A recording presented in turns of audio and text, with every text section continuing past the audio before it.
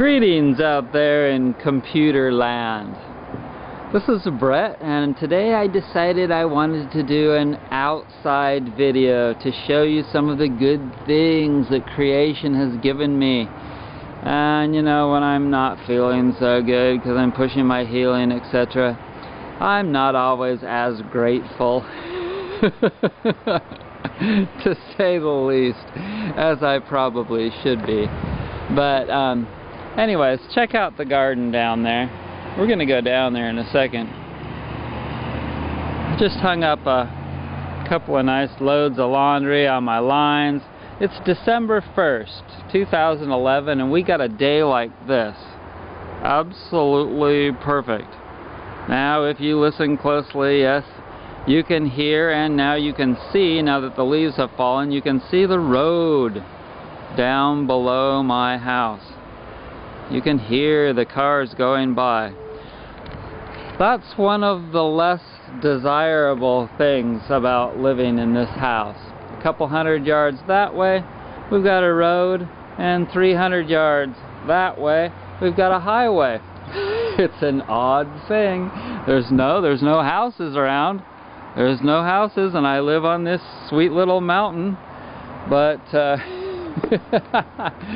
anyways, so yeah, it's not bad, and I think that the smog stays down there, down below, pretty good, and the air smells pretty good. There's some restaurants over that way, and I can oftentimes smell some fried food, probably fried in some hydrogenated vegetable oils or something. Anyways, it's a good place, and I just re-signed the lease. And I'll turn this way so you can see me better, but I'm kind of blinded by that sun. It's so bright today. Check out my beautiful wind chime up there. It's been storming the last couple of days, and now the storm has blown through.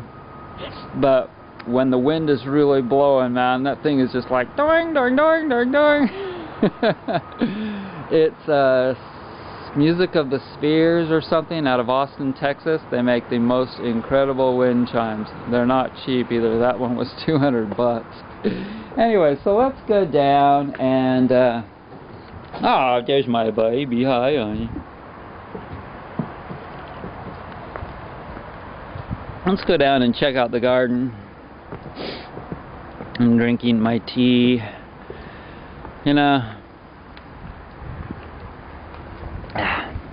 You know, the garden is one of those things that's just like I'm aspiring to totally be there, you know, where I'm just like John Kohler and I can just walk around and just pick stuff and freely eat it, you know, like, okay, check it out. And feel really comfortable and not get too nauseous about eating a lot of greens. Anybody can eat fruit. Durian Rider. Anybody can eat fruit, Freela. But, you know, let's see you go out and make your diet all greens. I've been eating fruit forever. I could always eat fruit, even when I ate shitty food. I always liked fruit. So it is good to eat fruit to clean out your body. But, you know, this is where it's at. This is where it's at for really cleansing. And you know, the fourth chakra is the highest level in my opinion. The fourth chakra is your heart chakra, and most people consider love to be the most valuable of emotions. You know, it's really important to think things out with your sixth chakra, or to speak your mind with your fifth chakra, etc. But the fourth chakra is that which connects heaven and earth the most. And the color is green. And the food is green. So let's look at some more green foods. Right in here, we have some very nice red Russian kale. And you'll notice that one of the other things that I find interesting is to look at the colors of various nations' flags and see what they value the most. And the American flag is red, white, and blue. and red, of course, being the very bottom, the earth chakra, the grounding chakra, and blue being the mind chakra, you know. But there's all these other colors in between, and why did they pick those particular colors to be representational of our country? Why not green? There's plenty of green here. If you look around, I see lots of green, especially in the summer. Anyways, just food for thought. Food for thought. Okay, check this out right in there. That's a Savoy cabbage. That's a nice Savoy cabbage, and these are Asian greens. Asian greens. And over there we have beets. These Asian greens are tangy little suckers, but they're great for salads. Okay, and let's go over here. I've got two different kinds of collard greens, and I really have to look out because there is dog shit everywhere, and I have to get on it more, you know. Oftentimes I kind of get behind with stuff, you know, and if you get behind with picking up your dog poo, man, you got troubles. So here's some the smaller collard greens that are just coming along here. They're only about 8 inches high now. But over here, inside this one, and by the way, this is cheesecloth. This stuff is cheesecloth. These are the bigger collards in here. And down there I have the rainbow chard. And it's not totally frozen yet. It's still edible. And you can see there's some nice big old green leaves down there. Woo! Nice. And I'll tell you, one of the things that's really improved the quality of my plants is putting the azomite, or the rock dust, in the soil. Because this soil was, you know, you can see that I made it from the grass. And they'd been mowing this lawn, this grass, and, you know, probably throwing away the cuttings for years and years. And also, this was all just leveled out by big tractors and stuff years and years ago. And so the topsoil probably wasn't even topsoil. Who knows what? It was just clay and stuff, you know. It's just a lot of clay. So I'm having to totally build this soil from the ground up. And so I put the leaves in there. I go over here. Clear over there, over that way, is a horse riding place. It's not that far. It's only about a half a mile from here. And they have as much horse poo as I need for my garden. So I go over there with the station wagon, and I take a big garbage can and I fill it full of horse poo, and then I back it up right over to there and dump it right out the back of my car. And I load it. When I go to load the horse poo, I leave it right in the back of the car because there's no way you can lift it into the car because it weighs about 200 pounds. But over here I have compost bins. Now this is kind of a popular way to, oh, look out for the poop! Ah! This is kind of a popular way to make a compost bin using pallets. And Davey, one of my old roommates, showed me how to do this. And basically you just put 4 of them together and then strap them together with ropes like that. And so we've put a bunch of leaves in here, and we put all the compost from the kitchen in there, and I need to put some more horse poo in there, and then the weather, you know, will gradually just break it down and break it down. Let's see, we also put sawdust. Okay, this is sawdust from a woodworking place downtown. And then now I'm also putting this gravel, different colors of gravel. And I went and bought some of this gravel. See, it's all different colors from the gravel place down by the river. And I got all different colors because what I have learned from this guy on YouTube, I can't remember his name, but what I've learned from him is that the different colors represent different minerals, and that makes sense. And so I've got all different colors of stone, and not just ground up stone, but gravel, which is different sizes, and it sloughs off the minerals into the soil gradually.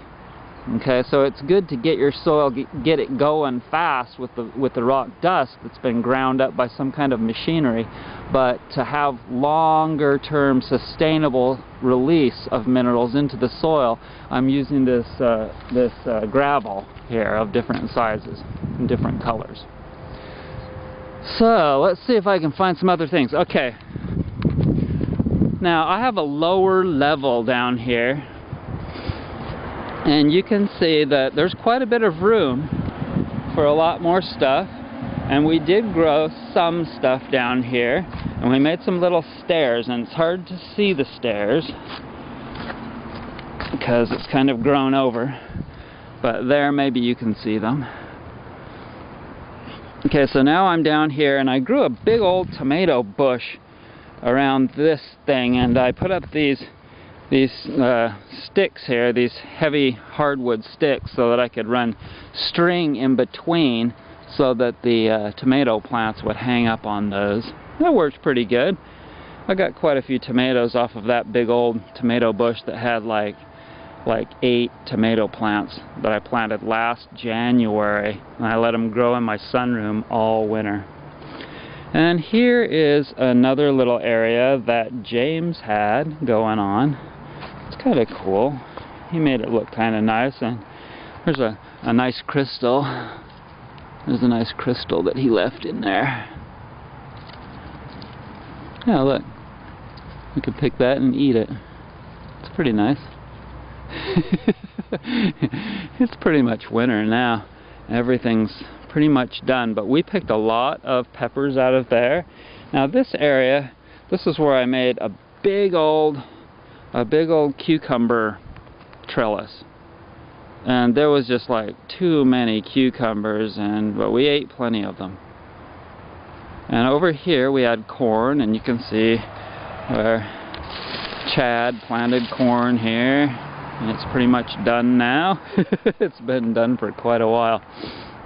But what we really need to do with this lower level is plant a bunch of grass in and around the beds as we get them made, because there's so many weeds, and there's a lot of poison ivy and stuff that can grow, and it's really a drag to have all those weeds. And man, I got some nasty, as you remember, I got some nasty poison ivy on my arm, and I've still got some marks on there, some kind of dark scar looking things. But anyways, let's go back up to the upper level. Hope we're not running out of time.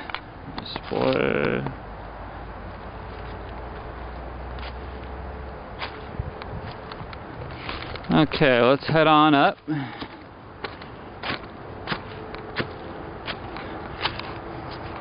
So check out my lines, and imagine how much electricity is being saved by just hanging the clothes up on the lines.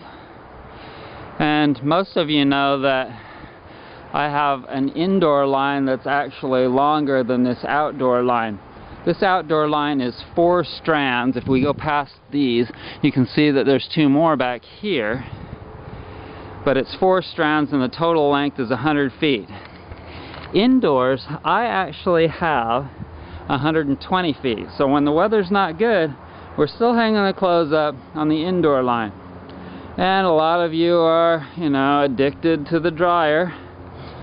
Just like so many people are addicted to so many mechanisms in today's society. But we've got to get off of a lot of these things, because the more people get on this planet, the more it's harder to get the oil out of the ground, or the more a lot of different things, the weather and everything, is going to force us to evolve. That's just how it is, and that's a never-ending process. So this is one of the things that you can do to not only get a little bit of exercise and get outside when it's sunny, or even hang up clothes indoors on a line when it's not.